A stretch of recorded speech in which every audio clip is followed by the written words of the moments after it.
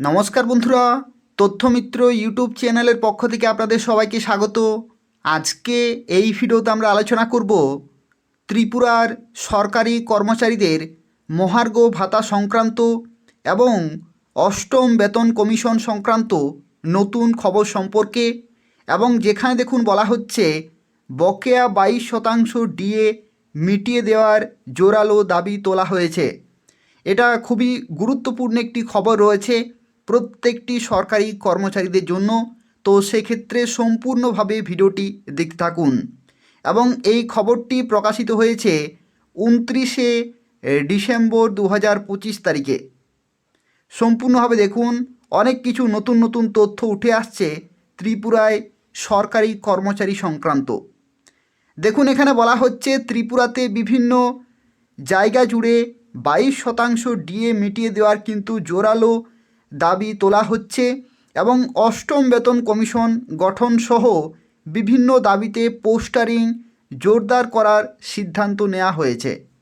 জানুয়ারির প্রথম সপ্তাহেই কর্মসূচি সংগঠিত করবে টিসিসি-এইচবি রোড, অর্থাৎ জানুয়ারি মাসের 2026 সালের জানুয়ারি মাসের প্রথম সপ্তাহ থেকেই কিন্তু কর্মসূচি শুরু হয়ে যাবে ত্রিপুরাতে। উল্লেখ্য, ত্রিপুরা কর্মচারী সমন্বয় কমিটি এইচবি রোডের কেন্দ্রীয় কার্যকরী কমিটির বর্ধিত সভা এদিন সমন্বয় ভবনে অনুষ্ঠিত হয়। সভায় রাজ্যের 18টি মহকুমা, 5টি জোনাল কমিটি, একটি ব্রাঞ্চ কমিটি সহ কেন্দ্রীয় সংগঠনের প্রতিনিধিরা উপস্থিত ছিলেন। সভা শুরুর আগে চেয়ারম্যান রঞ্জিত রুদ্রপাল চলতি বছরের 24 আগস্ট অনুষ্ঠিত সেই শেষ ওয়ার্কিং কমিটির সভার পর প্রয়াত সকলের প্রতি শ্রদ্ধা জানিয়ে নীরবতা পালনের আহ্বান জানান। বিশ্ব, দেশ ও রাজ্যের সাম্প্রতিক পরিস্থিতি নিয়ে আলোচনার পর সাধারণ সম্পাদক মহুয়া রায়ের পেশ করা একাধিক সাংগঠনিক কর্মসূচি গ্রহণ করা হয়। বর্তমানে জাতীয় ও রাজ্য স্তরে সর্বমোট 31 দফা আন্দোলন চলছে। এসব দাবিতে রাজ্যব্যাপী পোস্টারিং কর্মসূচি হাতে নেওয়া হয়েছে।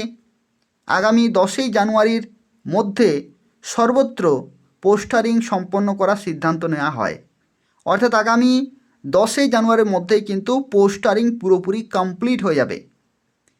দাবিগুলোর ব্যাখ্যায় নেতৃত্ব জানান, পূর্বতন সরকারের ন্যায় নির্দিষ্ট সময় অন্তর অন্তর সমস্ত স্তরের অনিয়মিত কর্মচারীদের অবিলম্বে কিন্তু নিয়মিতকরণ করতে হবে। এটা কিন্তু খুবই গুরুত্বপূর্ণ একটি দাবি রয়েছে, যেখানে ত্রিপুরাতে যে সমস্ত অনিয়মিত কর্মচারী রয়েছেন তাদের জন্য এটা রয়েছে। যেখানে বলা হচ্ছে যে পূর্বতন সরকারের মতো নির্দিষ্ট সময় অন্তর অন্তর কিন্তু অনিয়মিত কর্মচারীদের নিয়মিতকরণের আওতায় আনতে হবে। পরবর্তী দাবি হচ্ছে কলকাতা হাইকোর্টের নজির অনুসরণ করে 10,323 জন শিক্ষক শিক্ষিকার পুনর্বহালের জন্য মানবিক দৃষ্টিভঙ্গিতে রাজ্য সরকারকে সুপ্রিম কোর্টে এসএলপি দাখিল কিন্তু করতে হবে। অর্থাৎ কলকাতা হাইকোর্টে ঠিক যেরকমভাবে শিক্ষক শিক্ষিকারা তাদের চাকরি ফেরত পেয়েছেন, একই রকমভাবে ত্রিপুরাতেও যাতে চাকরিচ্যুত 10,323 শিক্ষক শিক্ষিকা তাদের চাকরি ফেরত পায়, তার জন্য ত্রিপুরা সরকারকে কিন্তু সুপ্রিম কোর্টে এসএলপি দাখিল করার জন্য কিন্তু এখানে দাবি জানানো হচ্ছে। পরবর্তী উচ্চ আদালতের রায় অনুযায়ী 2017 সালে ইন্টারভিউর মাধ্যমে নির্বাচিত পুলিশ, টিএসআর সহ অন্যান্য দপ্তরের চাকরি প্রার্থীদের অবিলম্বে নিয়োগপত্র প্রদান কিন্তু করতে হবে। অর্থাৎ 2017 সালের ইন্টারভিউর মাধ্যমে যে নিয়োগ প্রসেস, সেই নিয়োগ প্রসেস কিন্তু পুরোপুরি কমপ্লিট করতে বলা হচ্ছে। পরবর্তী বলা হচ্ছে অষ্টম বেতন কমিশন গঠন করে কেন্দ্রের ন্যায় রাজ্য সরকারের শিক্ষক কর্মচারীদের সমস্ত সুযোগ সুবিধা, শিক্ষক কর্মচারীদের বকেয়া সমস্ত ডিএ কিন্তু অবিলম্বে প্রদান করতে হবে। অর্থাৎ এখানে বলা হচ্ছে অষ্টম বেতন কমিশন সংক্রান্ত তথ্য। অর্থাৎ ত্রিপুরাতে যে সমস্ত সরকারি কর্মচারী এবং পেনশনভোগী রয়েছেন তাদের জন্য এটা কিন্তু দাবি রয়েছে। এবং যেখানে বলা হচ্ছে রাজ্য সরকারের অর্থাৎ ত্রিপুরা সরকারের শিক্ষক কর্মচারীদের সমস্ত সুযোগ সুবিধা কিন্তু প্রদান করতে হবে কেন্দ্রীয় সরকারের মতোই, যেখানে শিক্ষক কর্মচারীদের বকেয়া সমস্ত ডিএ অবিলম্বে কিন্তু প্রদান করতে হবে। এই সমস্ত বিভিন্ন দাবিগুলো এখানে কিন্তু উঠে আসছে এবং এখানে দেখুন আরও কিছু তথ্য রয়েছে, যার মধ্যে বলা হচ্ছে এডিসির বিভিন্ন সমস্যাবলী নিয়েও পৃথক কর্মসূচি গ্রহণ, এডিসি কর্মচারীদের পেনশন, গ্র্যাচুইটি সহ সমস্ত পাওনা সময় মতো প্রদান, সিনিয়রিটি লিস্ট অনুযায়ী প্রমোশন প্রদানের দাবিগুলো আলোচনায় উঠে আসে। তো এই সমস্ত অত্যন্ত গুরুত্বপূর্ণ একটি দাবি রয়েছে ত্রিপুরায় সরকারি কর্মচারী এবং তাছাড়াও অনিয়মিত কর্মচারী, চুক্তিবদ্ধ কর্মচারী, ফিক্সড পে কর্মচারী এবং তার সাথে সাথে 10,323 চাকরিচ্যুত শিক্ষক শিক্ষিকা সংক্রান্ত কিন্তু খবর এখানে উঠে আসছে।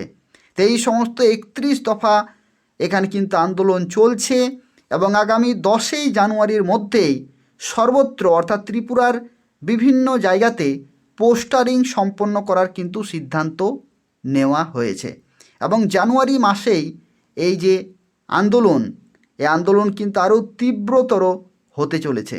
তো সেক্ষেত্রে দেখা যাক ত্রিপুরায় এই সমস্ত কর্মচারীদের জন্য কতদিন পর খুশির খবর আসছে, সেটাই কিন্তু দেখার বিষয়। কারণ কর্মচারীরা কিন্তু বিভিন্নভাবে বিভিন্ন জায়গাতে তারা তাদের দাবিগুলো তুলে ধরেছেন এবং যাতে বর্তমান সরকার এই সমস্ত দাবিগুলি বাস্তবায়ন করেন তার জন্য কিন্তু বর্তমান সরকারকে ভেবে দেখা প্রয়োজন। তাই হচ্ছে আজকের অত্যন্ত গুরুত্বপূর্ণ একটি খবর ত্রিপুরায় সরকারি কর্মচারী, পেনশনভোগী, অনিয়মিত কর্মচারী এবং চাকরিচ্যুত শিক্ষক শিক্ষিকা সংক্রান্ত। আর এই ধরনের নিয়মিত খবরগুলি পেতে হলে অবশ্যই তথ্যমিত্র চ্যানেলটি আপনারা প্রত্যেকে সাবস্ক্রাইব করে রাখুন। এই তথ্যমিত্র চ্যানেল থেকে ত্রিপুরার প্রত্যেকটি গুরুত্বপূর্ণ খবরগুলি সময় মতো পেয়ে যাবেন। অবশ্যই চ্যানেলটি আপনারা প্রত্যেকেই সাবস্ক্রাইব করে রাখুন। ধন্যবাদ।